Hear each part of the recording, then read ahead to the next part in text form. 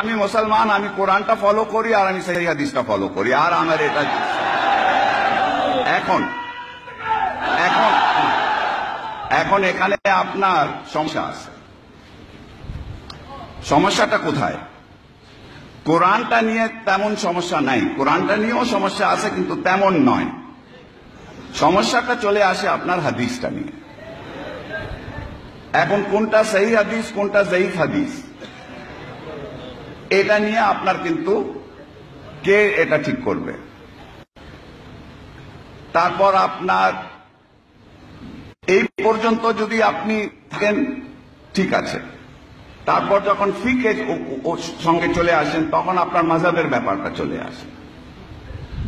So এখানে যে জিনিসটা আমার মতে, আমার যে কথাটা হচ্ছে, আমি যে আমাদের বন্ধু বান্ধবদেরকে বলি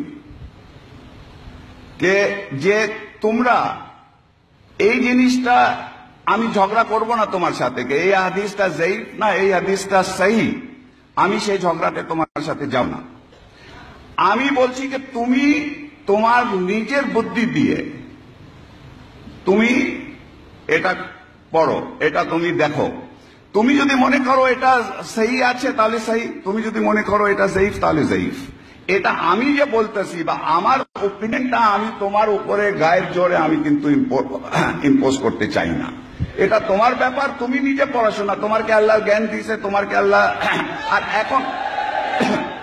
এখন তো আপনার ইন্টারনেট আছে, ইন্টারনেটে গিয়ে আপনি সবকিছু করে তুমি নিজে এটা সিদ্ধান্ত নাও। এবং